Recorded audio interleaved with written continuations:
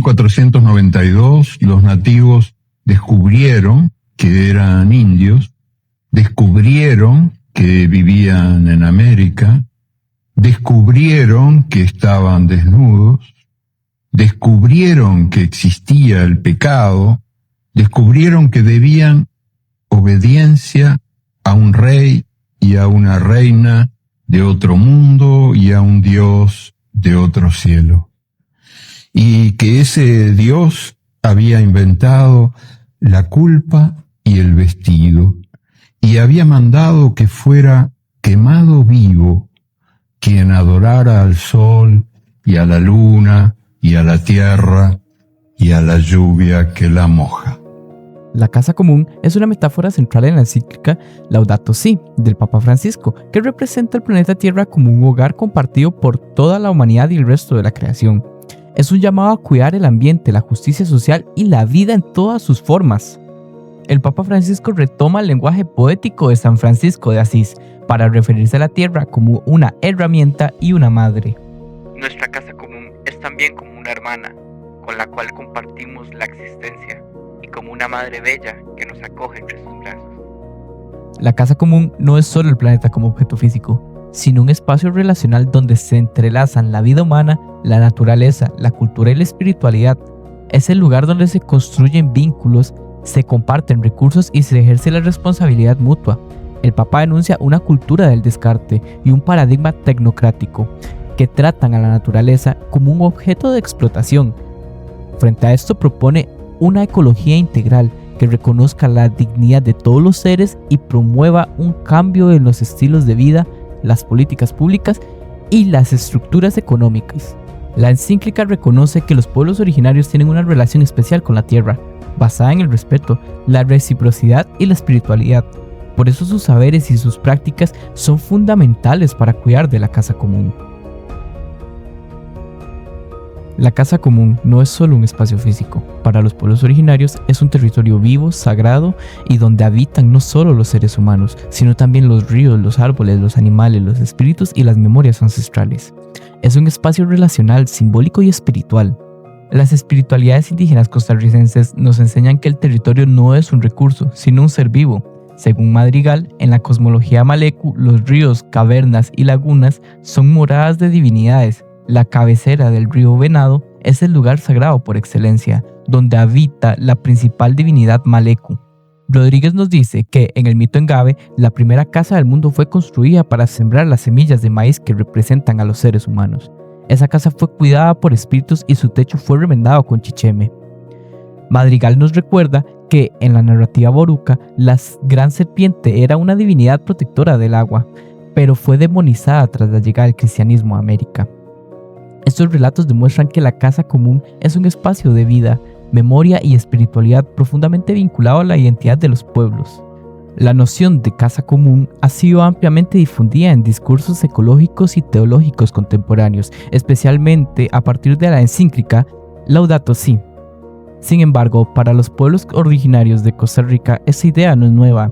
Desde tiempos ancestrales, la tierra, los ríos, las montañas y los seres vivos han sido comprendidos como parte de un engramado sagrado, relacional y simbólico. Para los pueblos Maleku, Boruca y Engave, el territorio no es un simple espacio físico, sino un lugar habitado por memorias, divinidades y relaciones.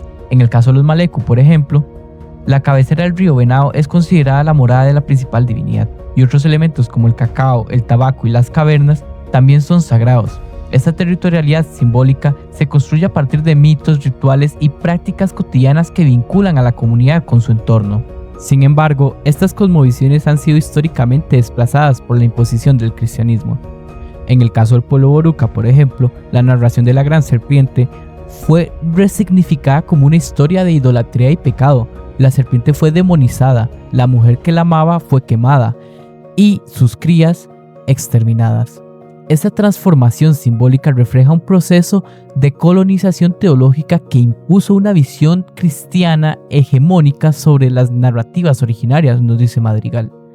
Como señala el autor, la evangelización en esta época se propuso colonizar todos los espacios. Nada quedó ileso.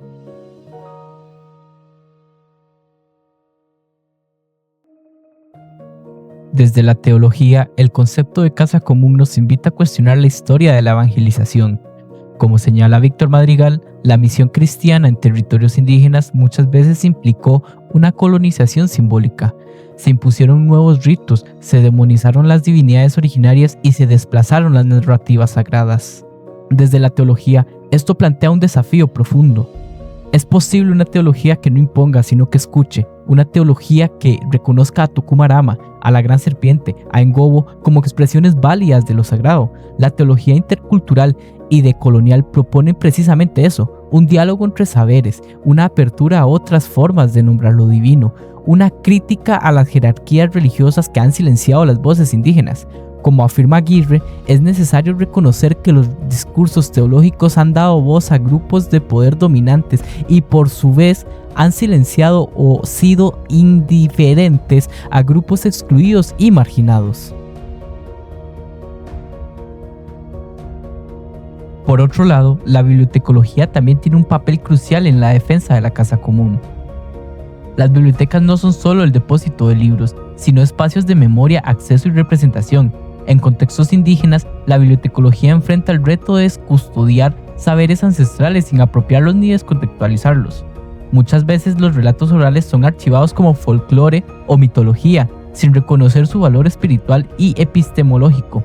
Preservar narraciones como la de la cosmología Maleku o los mitos Engabe implican reconocer que estos textos no son solo literatura, sino expresiones vivas de una espiritualidad encarnada en el territorio.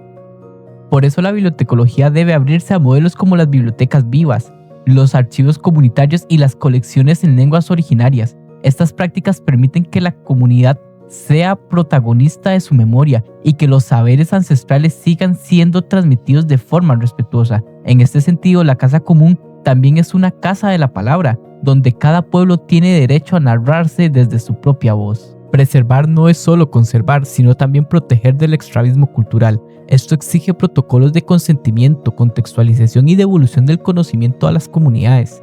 La casa común como archivo vivo se refiere a que el territorio mismo puede ser leído como un archivo simbólico, donde cada río, montaña o cueva guarda una historia. La bibliotecología puede aprender de esta lógica para diseñar sistemas de información que respeten la territorialidad del saber. Y para esto, el concepto de la soberanía informativa indígena es clave.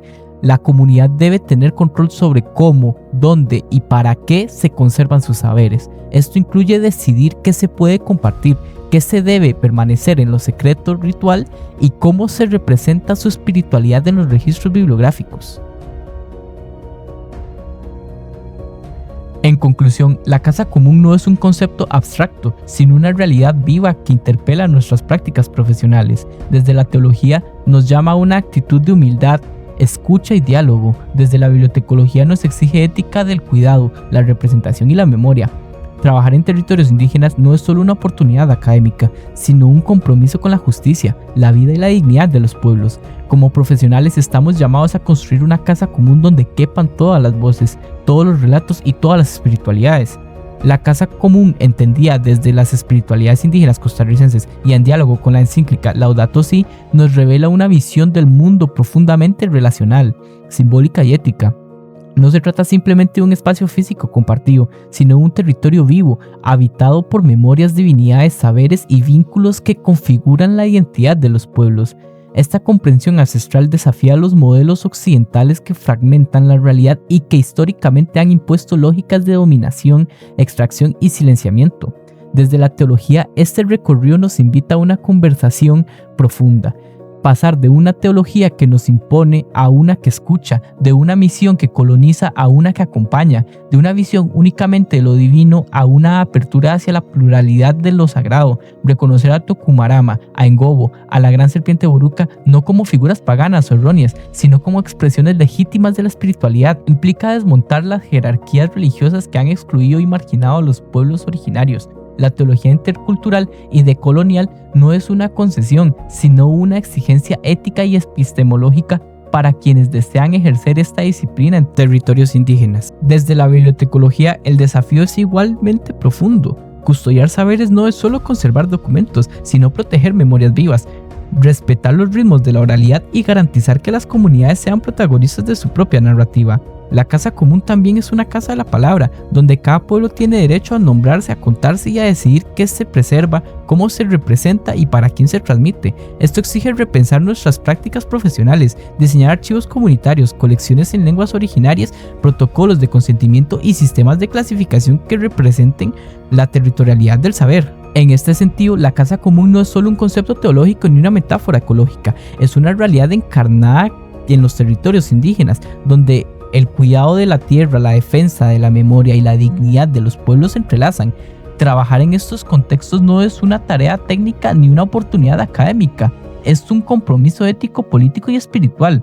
Implica reconocer que cada río, cada montaña, cada relato y cada ceremonia son parte de una entramada que sostiene la vida. Como estudiante y futuro profesional en teología y bibliotecología, este camino me interpela profundamente, me compromete a ejercer mi vocación con humildad, con respeto y con disposición al diálogo.